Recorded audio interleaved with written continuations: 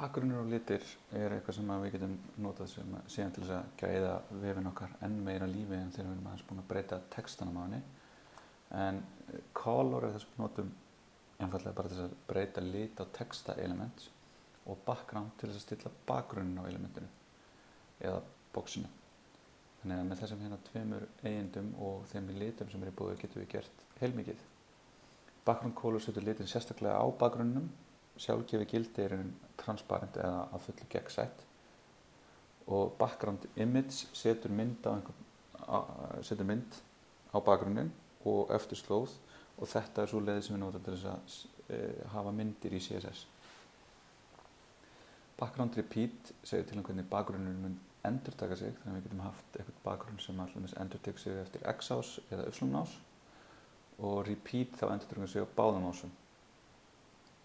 Background position skilgreinir þá hvar bakgrunnin myndin byrjar, en hún getur byrjað upp í vinstra horninu, í miðjunni eða einhvers staðar þarna á milli. Við getum skilgreint einhvern punkt á bæði x og y-ás sem mun vera byrjunin á bakgrunnin eða hvar hann miðjusettur. Og þá getum við bæði sett right, left, top, bottom og center eða nota nákvæmar einingar eins og pixla eða hlutföll. Background attachment getum við notað til að skilgreina hvernig bakgrunnin hagar sig þegar við erum að skrolla. Ef við setjum það sem scroll, þá scrollar hann með síðunni eða með fixed, þá hann fixed með. Og background svo shorthand fyrir allt að ofan.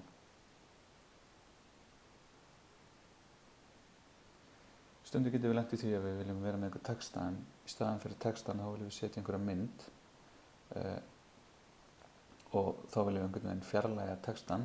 Til dæmis getum við verið með einhvern hlekk sem mun opna Twitter, en í staðin fyrir að hafa að standi Twitter, þá viljum við hafa Twitter-íkonið í staðin. Þá viljum við hafa textan, en fjarlægja einhvern veginn hann í burtu, en samt þannig að lesvarar munu lesa hann upp, en birta í staðin logoið, það sem það á við.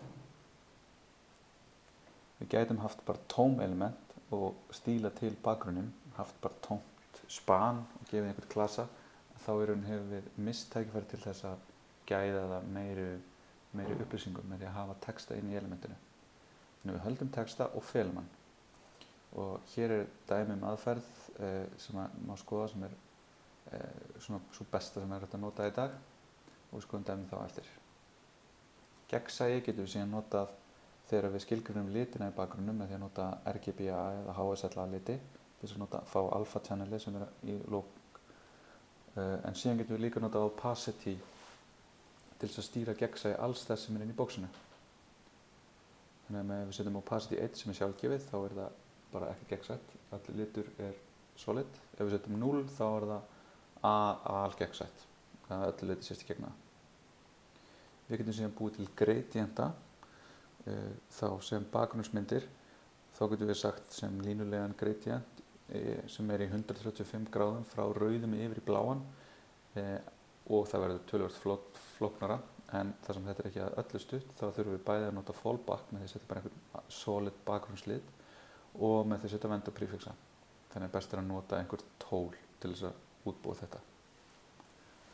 En ef við skoðum dæmi sem við vorum með áðan með textan og erum núna búin að bæta aðeins við litum og bakgrunni, þá sjáum við að núna bakgrunnsmynd sem þekur að öllu leyti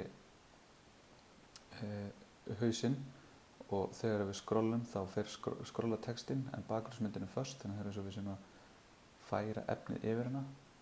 Þannig að ef við skoðum hvernig þetta komið núna, þá búið að bæta þetta við header elementi og það fær 100% við og setjum hæð á hana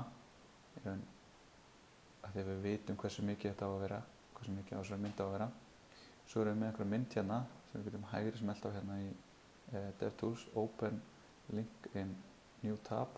Þá opnum við myndina og sjáum hvernig hún lítur út, töluvert stór og við höfum kannski viljað minnka hana fyrir svona ef við verðum að gera þetta fyrir eitthvað raunverulegan vef. Svo setjum við hérna margin bottom til þess að færa textan frá headernum og síðan með H1 þá einfaldlega búið að bæta við engu. Heldur þetta að öllu leyti gert með headernum sem að færir með eða hérna er nú eitthvað padding. Já, hér er padding 100 til þess að færa þetta niður og hæð 100%. Já, af því að hér er líka búið að setja bakgrunn yfir sem að gerir svona protection yfir myndina, þar sem við sjáum að textin geti orðið lesanlegur þegar hann fer svona yfir bakgrunnsmyndina. Þannig að hér er búið að setja 30% gegnsæjan hvítan lit undir og gerir það að verkum að við munum alltaf hafa textan að minnsta kosti frekar eða meira læsilegan en annars. Og með því erum við búin að setja hérna elementi sem háhætnið er og láta það þekja að öllu leyti headerinn. Og svo notum við boxa sem border box af því að annars lendum við í því að þetta padding hérna fer með í reikningin, þannig að þá fáum við þetta svona út. Fyrir meginmálið er búið að bæta á body. Sjá, body hérna. Þá er búið að segja að það sé línulegu gradient frá hvítum yfir í svona semi-ljósgráan sem gefur svona létta svona tilfengilega við förum hérna með textanum niður í eitthvað grárri lit. Ef við íkjum þetta aðeins með því að setja allir yfir í svartan, þá sjáum við betur hvernig þessi gradient er. Þannig að hann fer að allir liti frá efsta punkti alveg niður henni í svartan. Þannig höldum hann eins og hann var.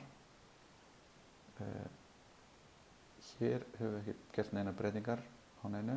Textin fær bara standa eins og hann var þarna inni. En í fætinum erum við núna komið með eitthvað element hérna sem getur verið þá bæði Twitter, Facebook og fleiri þjónustur sem við viljum geta sérað eða deilt þessum texta á. Og þá sjáum við hérna að það er bara lið-class Twitter og svo stendur inn í því Twitter. En við erum með fuglinn, logo Twitter hérna í fætinum. Og þetta gerum við með því að nota þessa leið til þess að fela textan sem er hér. Við indentum hann, við draugum hann inn 100%. Við segjum að whitespaceið megi ekki fara niður, þannig að hann má ekki fara niður í nýja línu. Og overflow hidden sem þýðir að allt sem fer yfir, sem er í raun allir textina því að hann er 100% dreginn til hliðar, mun ekki sjást. Þannig að ef við setjum hérna, sjáum við hvert textin fer í raun og veru, hann fer hingað út fyrir, en út af því að við erum með overflow hidden þá er hann ekki til staðar. Og ef við setjum hérna þá sjáum við hvernig hann myndi annars birtast.